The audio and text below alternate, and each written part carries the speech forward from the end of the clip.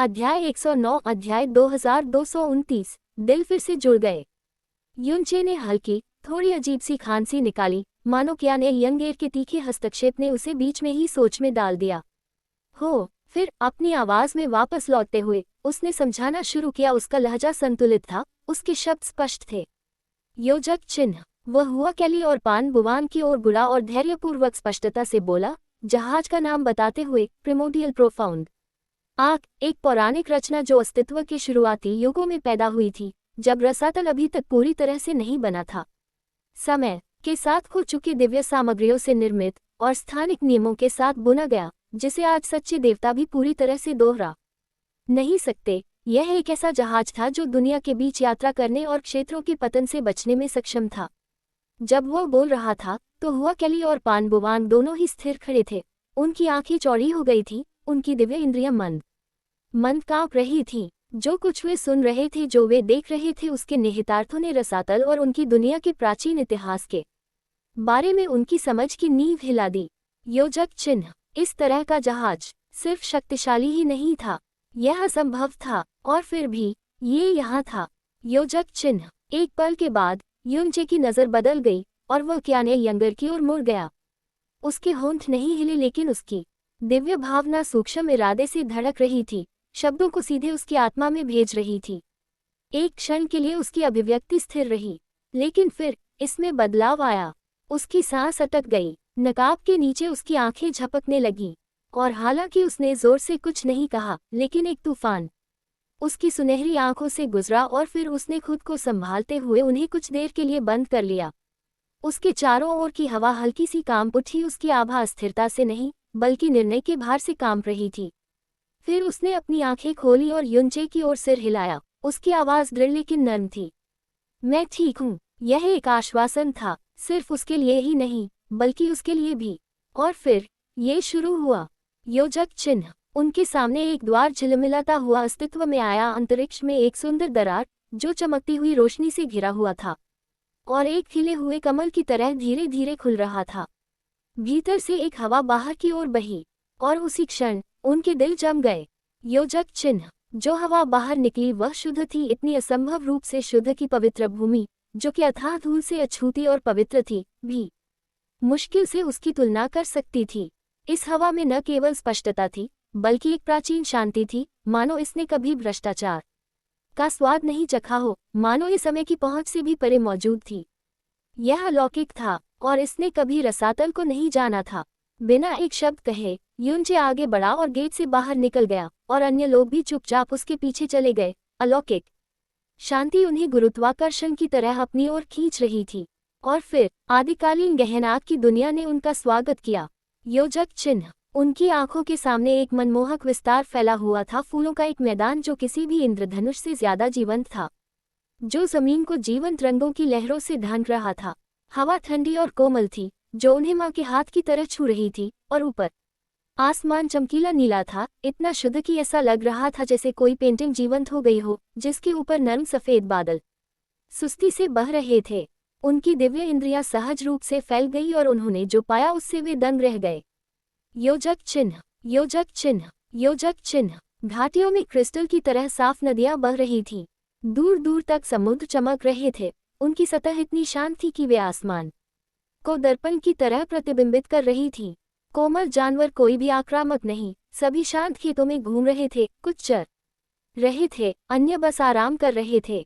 पक्षी चहचहा रहे थे और मधुर धुनों के साथ गा रहे थे, जो धीरे धीरे गूंज रही थी, मानो पूरी दुनिया ही सामंजस्य में गुनगुना रही हो।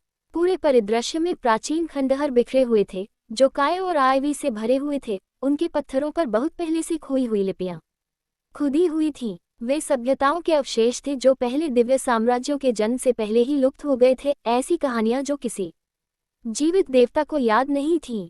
युनचे और क्याने यंगर के लिए ये दुनिया जानी पहचानी थी।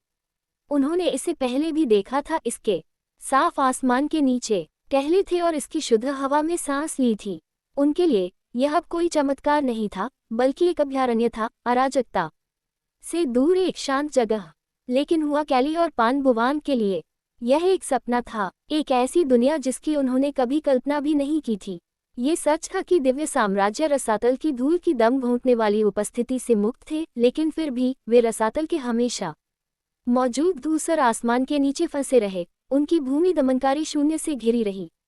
उन राज्यों में वनस्पति, हालांकि सावधानी से खेती और संरक्षित की गई थी, हमेशा जल के दाग को झेलती रही। पत्तियां मुरझा गई, फूल फीके पड़ गए, हवा में मौत का हल्का सा रंग था। योजक चिन्ह। यहाँ तक कि शुद्ध भूमि, जो कि पूरे रसातल में सबसे पवित्र और श्रेष्ठ अभयारण्य है, में भी सुंदरता की कमी थी।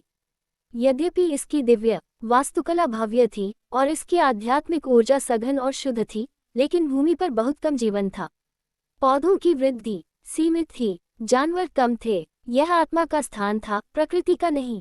लेकिन यहाँ आदिकालीन गहन संदूक के भीतर, वहाँ नदियाँ, समुद्र, जंगल और जंगली फूल थे। वहाँ पक्षी, बादल, सुंदर आकाश था। ऐसा लगता था मानो मृत्यु के नियमों ने इस भूमि को कभी छुआ ही नहीं था, अथाह धूल से अछूता, जल के अभिशाप से अछूता। यहाँ की जीवंतता इतनी जबरदस्त थी कि सबसे शक्तिशाली देवता भी गहरी सांस लेने में हिचकिचाते थे, मानो उन्हें डर हो कि वे किसी तरह इसे गंदा कर देंगे। योजक चिन्ह। हुआ कैली और पान बुवांग दोनों ने सहज रूप से अपनी दिव्य शक्ति को दबा दिया। उनकी आभा उनके मूल में कसकर खींच गई। यहाँ तक कि उनकी दिव्य भावना भी अत्यधिक सावधानी के साथ आगे बढ़ी, धीरे धीरे पतले धागों में बहते हुए इस स्वप्निल दुनिया के संतुलन को बिगाड़ने के डर से। और तब हवा बदल गई। पूर्ण विराम। एक धीमी गड़गड़ाहट गहरी और दूर आकाश में घूम रही थी। हवा शांत हो गई, रोशनी हल्की सी चमक रही थी।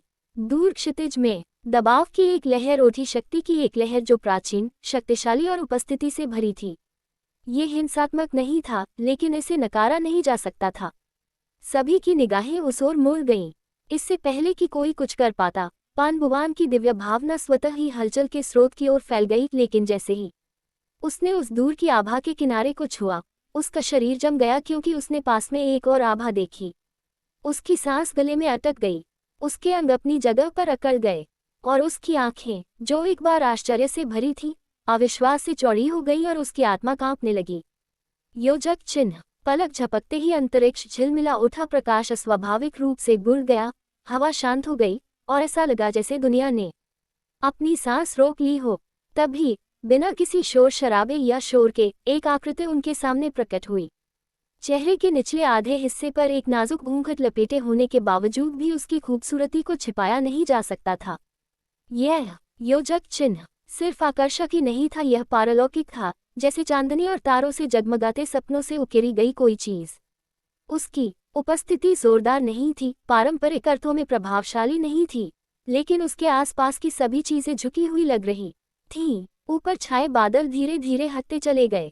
खुले आसमान से प्रकाश की एक किरण नीचे आ रही थी, जो कठोर या अंधा करने वाली नहीं थी, बल्कि गर्म थी, रेशम की तरह मुलायम, जिससे वह एक ऐसी चमक में डूब गई जो मानो स्वर्ग द्वारा ही नियुक्त की गई हो। योजक चिन्ह। ऐसा लग रहा था मानो दुनिया का केंद्र बदल गया हो, और वह अब ये थी। ज़ेया क्विंग्यू आ गया था। काफी देर तक कोई भी नहीं बोला, यहाँ तक कि पक्षियों ने भी गाना बंद कर दिया, यहाँ तक कि हवा भी बहना भूल गई। बहुत सुंदर, हुआ कैली ने धीरे से फुसफुसाते हुए कहा। उसकी आवाज मुश्किल से सुनाई दे रही थी, फिर भी वह अचंभित श्रद्धा से भरी हुई थी। रसातल की देवी के रूप में उसे लंबे समय से अस्तित्व में सबसे सुंदर और दिव्य प्राणियों में से एक के रूप में सम्मानित किया गया था। फिर भी अब मौन और चमक में लिपटी इस महिला के सामने खड़े होकर वह खुद को छोटा महसूस कर रही थी, कमतर। उसके हृदय में एक अपरिचित भावना जाग उठी। क्या यही है सच्चे अछूत होने का मतलब? और युनचे के बगल में क्या नए यंगेर लड़खड़ा गए, अपने पैरों से नहीं बल्कि अपनी आत्मा के भीतर।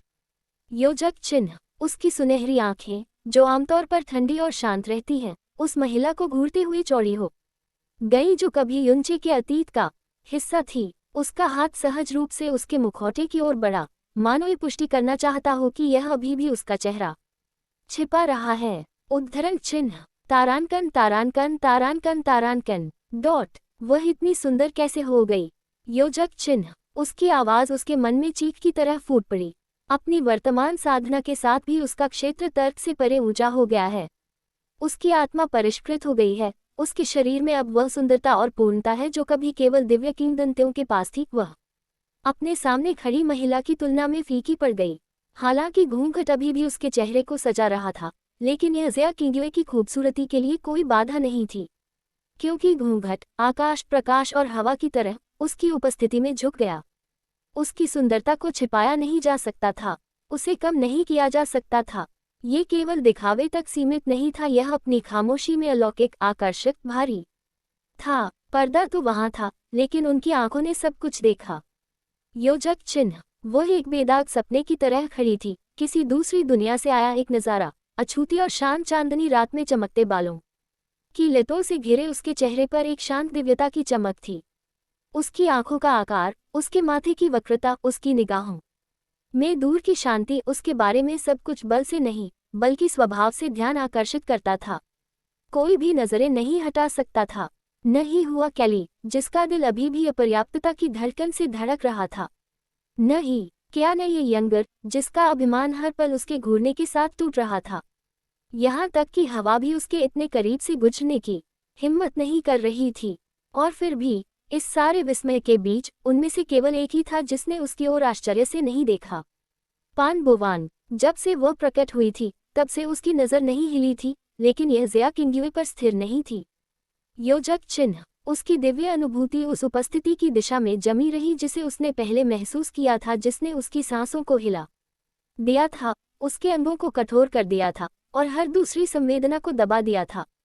जो कुछ भी था वह अभी भी बहुत दूर था, लेकिन उसने उसे एक ऐसे भार के साथ बुलाया जिसे वह अनदेखा नहीं कर सकता था। उसका ध्यान कहीं और था। योजक चिन्ह। और इस प्रकार जब अन्य लोग हौंकते हुए खड़े थे तो बर्फ की तरह नर्म एक आवाज ने सन्नाटे को तोड़ा। फिर भी उसके नीचे अनकही भावनाओं की धारा बह रही थी। आप वापस आ गए हैं। योजक चिन्ह। ज़िया किंग्वे की आवाज फूलों से भीगी हवा में गूंज रही थी। ठंड थी, इतनी ठंड की दिल दहल जाए, मानो क्रिस्टल से तराशी गई हो। लेकिन उस ठंड के नीचे कुछ और भी नाजुक था, कुछ कांप रहा था। एक तड़प, एक दर्द जिसे समय भी नहीं छिपा सका। उसकी आंखें युनचे से मिलीं और दुनिया एक पल के लिए पूरी तरह से स्थिर हो गई। योजक चिन्ह। आदिकालीन गहन संदूक के भीतर, दुनिया के एक तरफ दूसरे हिस्सों से बहुत दूर फैले हुए खेतों और प्राचीन खंडहरों से परे, एक अकेली आकृति रंगों से जगमगाते घास के मैदान में चुपचाप घूम रही थी। मैदान किसी चित्रकार के सपने की तरह फैला हुआ था। हर फूल की पंखुड़ी कोमल, शाश्वत सूर्य के प्रकाश में ओस से चमक रही थी, और उसके बीच में एक युवती शांत ध्यान से आगे बढ़ रही थी, धीरे से पंखुड़ियों को छू रही थी, हर पौधे को बड़ी बड़ी आंखों से देख रही थी, जैसे कोई पहली बार सुंदरता को देख रहा हो। उसने उन्हें ध्यान से एक एक करके देखा, घुटनों के बल बैठकर जड़ों की जांच की, नाजुक उंगलियों से पत्तियों को उठाया, ब्रश से कागज पर हल्के हल्के नोट लिखे। उसकी उपस्थिति कोमल थी, घास में उसके कदमों की आवाज बमुश्किल फुसफुसाहट जैसी थी। उसकी साधना मामूली थी, दिव्य गुरु क्षेत्र, रसातल में बमुश्किल एक झिलमिलाहट, जहां ऐसी शक्ति ने उसे पदानुक्रम के निचले पायदान पर मजबूती से रखा था। लेकिन यहाँ इस सीलबंद अछूते संसार में शक्ति का कोई महत्व नहीं था। यहाँ उसे आंकने वाला कोई नहीं था, उसे धमकाने के लिए कोई खतरा नहीं था, और उसे बांधने के लिए कोई अपेक्षा नहीं थी। वह स्वतंत्र थी, और उस स्वतंत्रता में वह बिना किसी डर के घूमती थी। जंगली फूलों के खेतों से लेकर शांत जंगलों की छायादार गोद तक, और यहाँ तक कि क्रिस्टल सा साफ नदियों के चमकते किनारों तक, वह सहजता से यात्रा करती थी, अध्ययन में, आश्चर्य में और सरल आनंद में खोई हुई। योजक चिन्ह। लेकिन वह ये नहीं जानती थी कि शांति और स्थिरता से सुस्त उसकी इंद्रियां यह नहीं समझ पा रही थी कि वह अकेली नहीं थी। थोड़ी दूर से दो आंखें उसे देख रही थीं, अविचल, खामोश पत्तियों के बीच छिपी उनकी निगाहें उसके हर कदम पर नजर रख रही थी। दुर्भावना से नहीं, बल्कि किसी कच्चेपन से, किसी भूख से। और फिर जैसे ही लड़की नदी के किनारे घुटनों के बल बैठी, उसकी उंगलियां पानी की सतह को छू रही थी, वह रुक गई। आसपास कोई न होने के कारण तथा दिन की गर्मी से उसकी त्वचा गर्म हो रही थी। वह खड़ी हुई और अपने वस्त्र की ओर बढ़ी, अपने सामने बहते शुद्ध जल में स्नान करने की तैयारी करने लगी। कपड़ा धीरे से उसके कंधे से सरक गया, लेकिन इससे पहले कि वह आगे बढ़ पाती, धमाका, एक दिल की धड़कन जोर से बंद, उसकी आंखें थोड़ी चौड़ी हो गईं। वहां कौन है? युवती की आवाज कोड़े की तरह गूंजी, तीखी और आज्ञाकारी, शांत नदी के किनारे गूंजती हुई। एक ही तरल गति में उसके वस्त्र वापस अपनी जगह पर आ गए। उसके शरीर के चारों ओर कसकर बंधे हुए। उसकी आंखें सिकुड़ गईं क्योंकि उसकी दिव्य भावना एक लहर की तरह बाहर की ओर बढ़ी, हवा में, पेड़ों में, घास के पार पूरे क्षेत्र को सटीकता से साफ करते हुए। लेकिन उसे कुछ नहीं मिला। योजक चिन्ह, कोई उपस्थिति नहीं, कोई निशान नहीं, कोई दिव्य आभा की लहर नहीं, केवल मौन। बूई, क्या ये तुम हो? उसने फिर से पुकारा। उसकी आवाज अब थोड़ी नर्म गई थी, जिसमें अनिश्चितता का भाव था।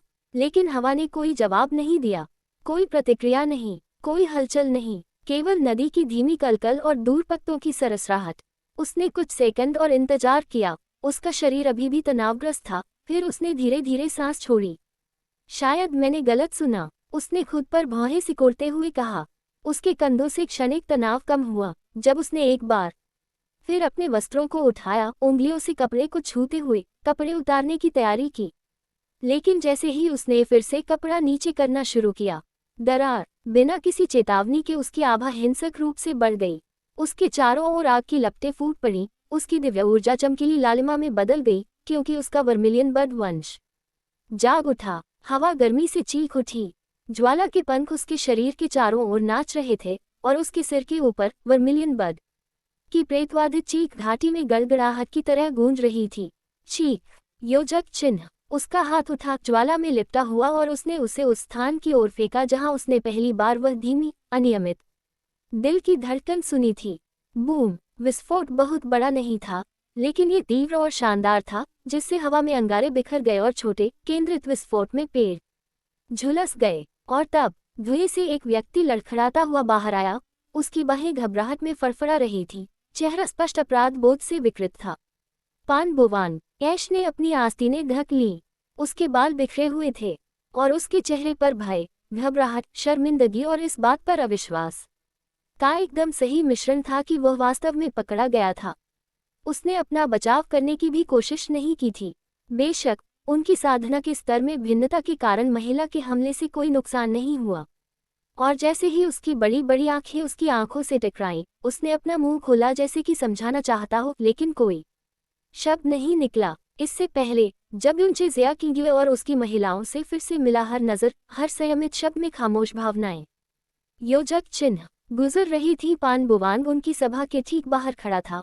उसने अभी अभी अपने आप को अपनी खोज के सदमे से मुक्त योजक चिन्ह किया था, लेकिन जैसे ही वह पूरी तरह से होश में आया, उसे माहौल को समझने में ज्यादा समय नहीं लगा। तनाव, वजन। उसके सामने एक ऐसा इतिहास सामने आ रहा था जो जटिल और अपठनीय था, जिसमें उसकी कोई भूमिका नहीं थी।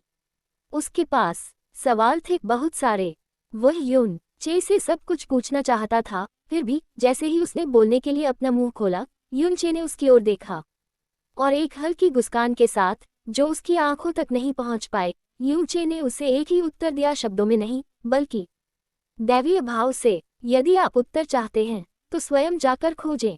ये बर्खास्तगी नहीं थी, यह एक शांत अनुमति थी। तो पान बुवान चले गए, बिना किसी उद्देश्य के नहीं, अनिच्छा से नहीं, बल्कि जिज्ञासा से भी अधिक शक्तिशाली किसी चीज द्वारा निर्देशित। उसका दिल केवल एक आभा थी जिसने उसे इतनी गहराई से झकझोर दिया, एक आत्मा जिसे उसकी दिव्य इंद्रिय ने बिना किसी नाम की आवश्यकता के याद रखा। वह बिना सोचे समझे जहाज के दूर कोनों में, दूसरों से दूर, उसका अनुसरण करता हुआ चला गया, कर्तव्य से नहीं बल्कि तड़प से।